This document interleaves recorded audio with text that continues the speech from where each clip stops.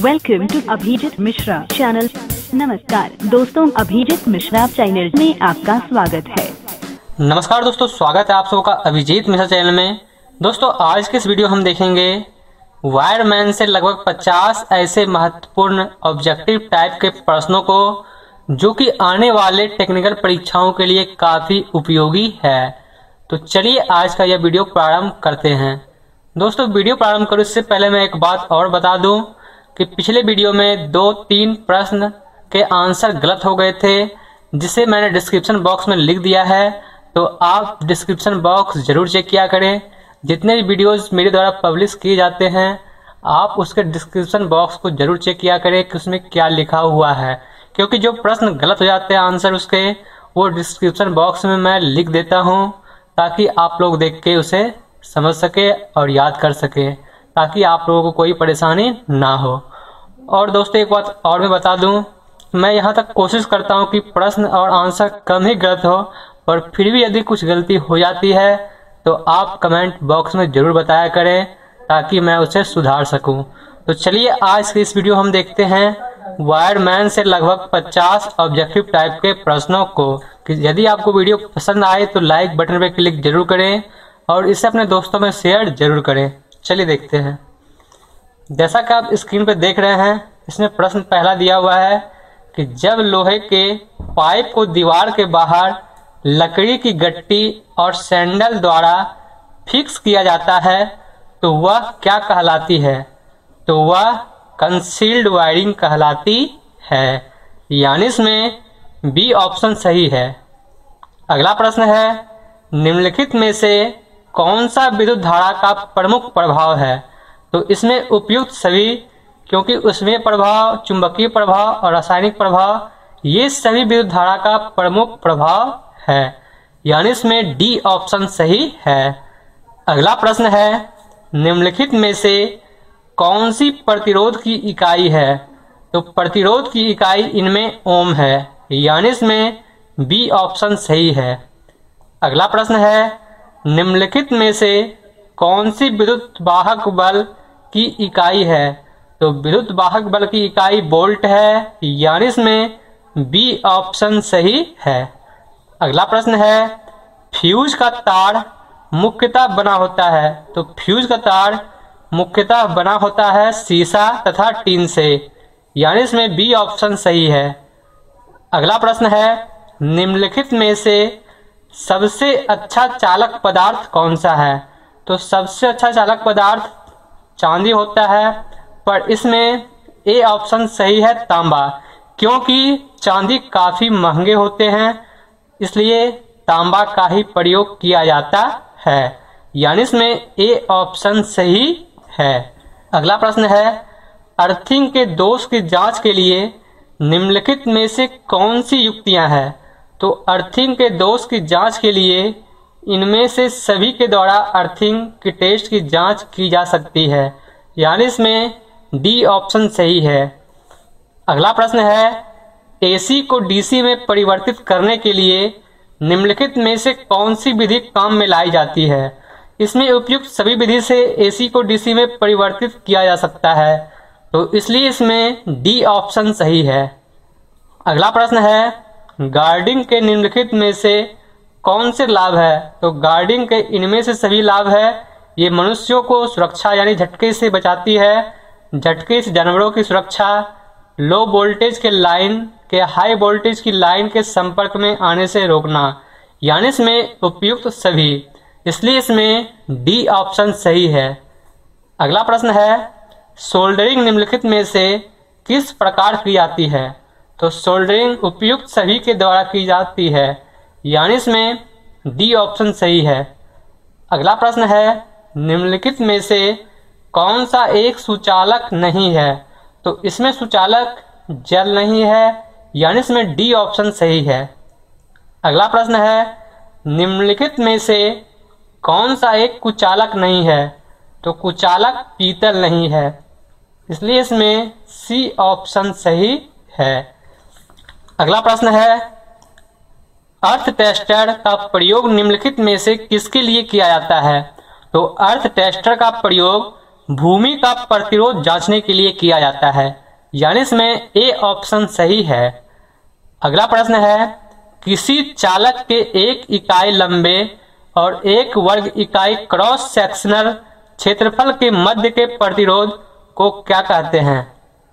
तो इसे प्रतिरोधकता या स्पेसिफिक रेसिस्टेंस कहते हैं, इसलिए इसमें बी ऑप्शन सही है। अगला प्रश्न है, फ्लश स्विच को कहाँ लगाया जाता है? तो फ्लश स्विच को दीवार के अंदर लगाया जाता है, यानी इसमें बी ऑप्शन सही है। अगला प्रश्न है, निम्नलिखित में से कौन सा एक डीसी मोटर नहीं है? तो इसमें कोई भी डीसी मोटर नहीं है, इसलिए इसमें डी ऑप्शन सही है, यानी इनमें से कोई नहीं। अगला प्रश्न है, सीरीज मोटर का प्रयोग ऐसे स्थान पर किया जाता है जहां हर समय लोड रहता है, यानी इसमें सी ऑप्शन सही है। अगला प्रश्न है, शंट मोटर की फील्ड वाइंडिंग आर्मेचर के क्या क्रम में लगी रहती है, यानी किस क्रम में लगी रहती है? तो इसमें आर्मेचर के समानांतर क्रम में लगी रहती है, इसलिए इसमें ए ऑप्शन सही है। अगला प्रश्न है, फ्लेक्सिबल वायर वायरिंग किस प्रकार के तार द्वारा की जाती है? तो ये पीवीसी तार के द्वारा की जाती है, इसलिए इसमें बी ऑप्शन सही है। अगला प्रश्न है, वह धारा जो किसी निश्चित समय में अपनी दिशा एवं मान परिवर्तित करती है उसे क्या कहते हैं? तो उसे एसी धारा कहते हैं, यानी इसमें ए ऑप्शन सही है।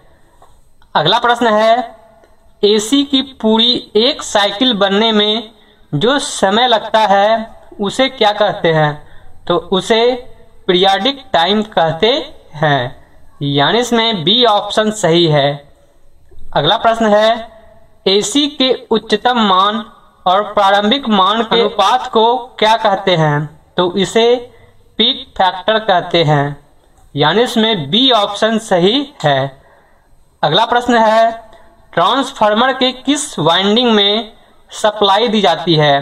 तो ट्रांसफार्मर के प्राइमरी वाइंडिंग में सप्लाई दी जाती है, यानी इसमें ए ऑप्शन सही है। अगला प्रश्न है, सुरक्षा की दृष्टि से वायरिंग का चयन किन बातों को ध्यान में रखकर करना चाहिए? तो सुरक्षा की दृष्टि से वायरिंग का चयन उपयुक्त सभी बातों को ध्यान में रखकर करना चाहिए, यानी इसमें तीनों ऑप्शन सही है, सो इसमें डी ऑप्शन सही है। अगला प्रश्न है, वायरिंग करने के लिए निम्नलिखित में से कौन सी आवश्यक सामग्री है? तो वायरिंग करने के लिए इनमें सभी सामग्री आवश्यक है और काफी सामान इसमें लाए जाते हैं, इसलिए इसमें डी ऑप्शन सही है।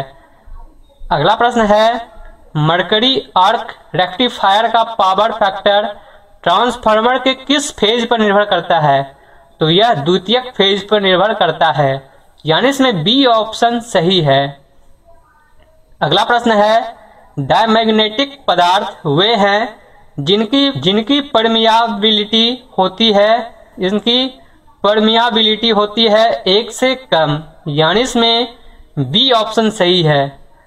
अगला प्रश्न है, किसी चुंबकीय पदार्थ के अवशिष्ट चुंबकत्व को परस्पर संतुलित करने के लिए आवश्यक चुंबकीय बल की मात्रा को क्या कहा जाता है?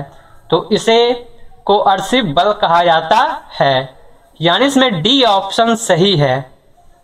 अगला प्रश्न है, एक आदर्श संधारित्र की बिजली की खपत कितनी होती है? तो इस खपत 0 होती है, यानी इसमें ए ऑप्शन सही है। आदर्श संधारित्र की बिजली खपत 0 होती है। वास्तविक कैपेसिटर आंतरिक प्रतिरोध और लीकेज आदि के कारण बहुत कम पावर का इस्तेमाल करता है, इस प्रकार खपत की गई पावर नगण्य होती है।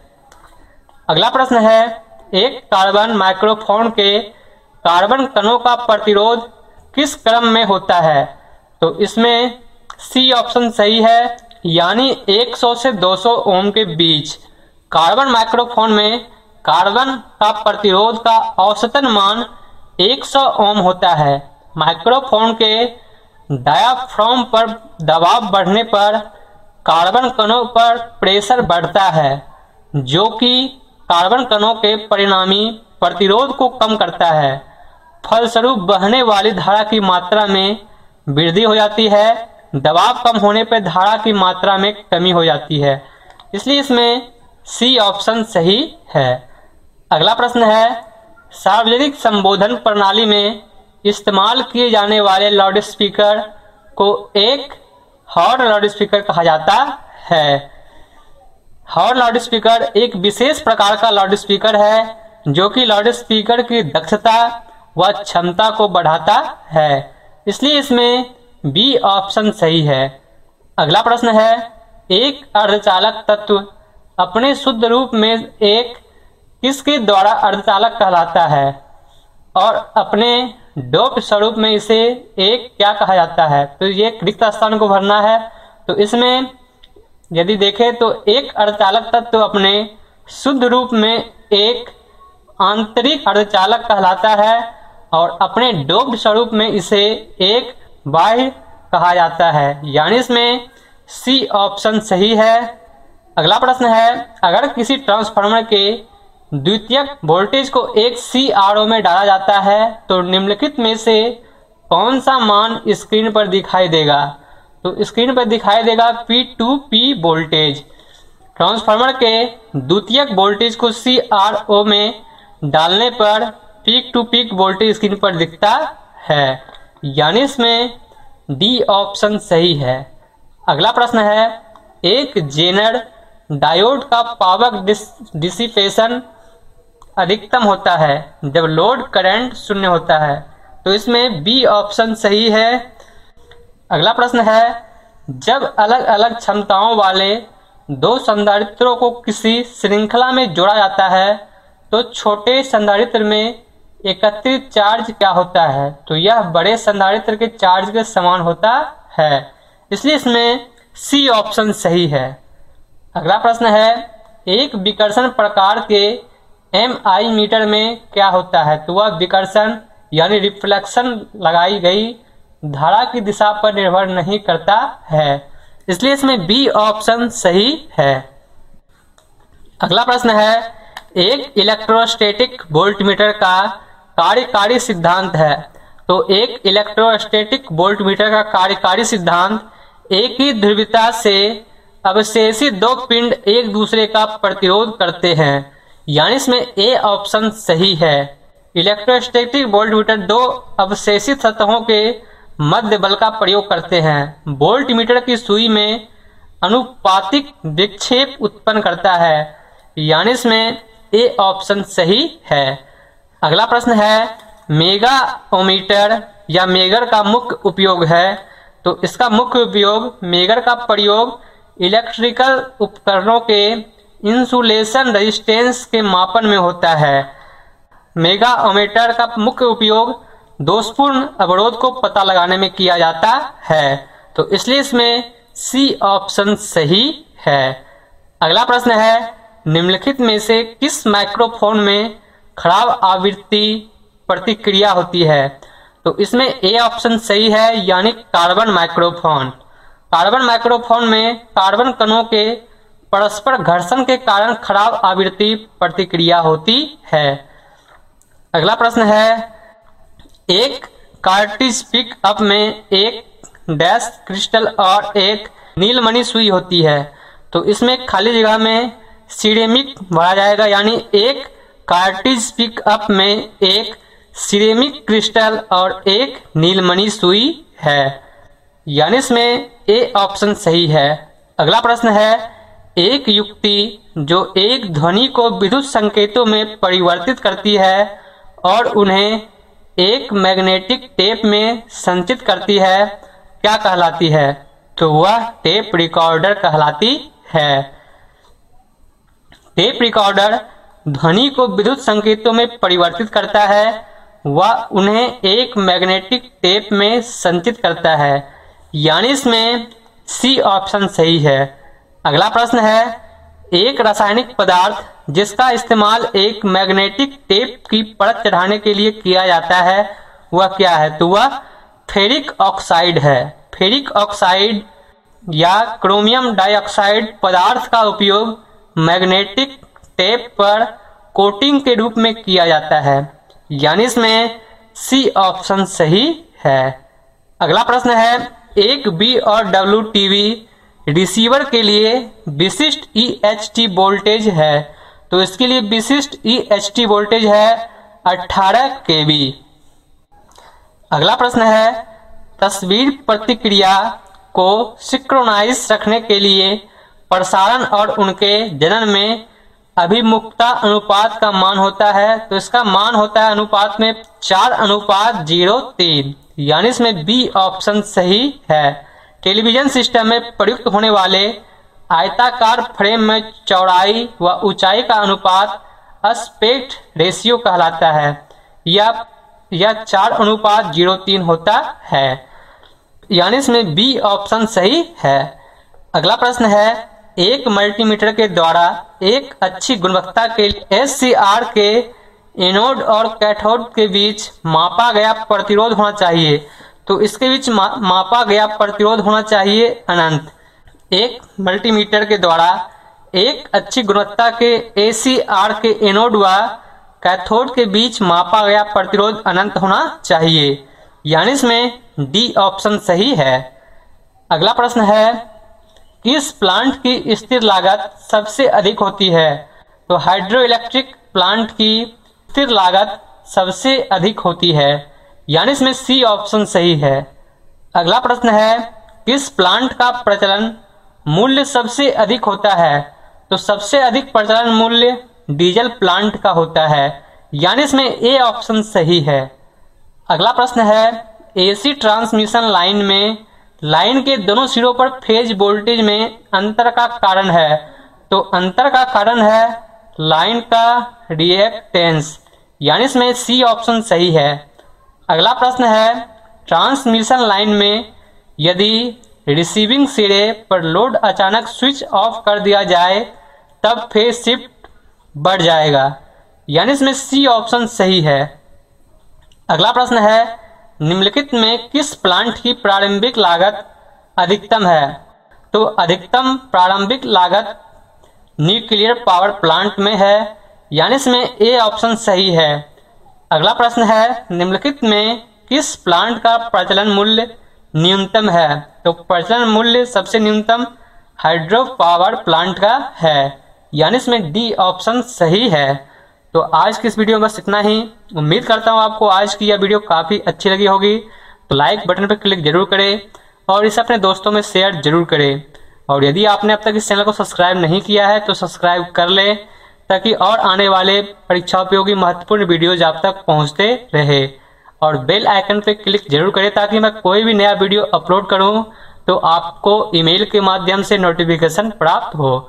धन्यवाद, आपका दिन शुभ हो। दोस्तों, आज के इस वीडियो में बस इतना ही। लाइक और शेयर जरूर करें, और यदि आपने अब तक इस चैनल को सब्सक्राइब नहीं किया है तो कर लें, ताकि इसी तरह के और भी महत्वपूर्ण जानकारी आप तक पहुंचते रहे। धन्यवाद, आपका दिन शुभ हो।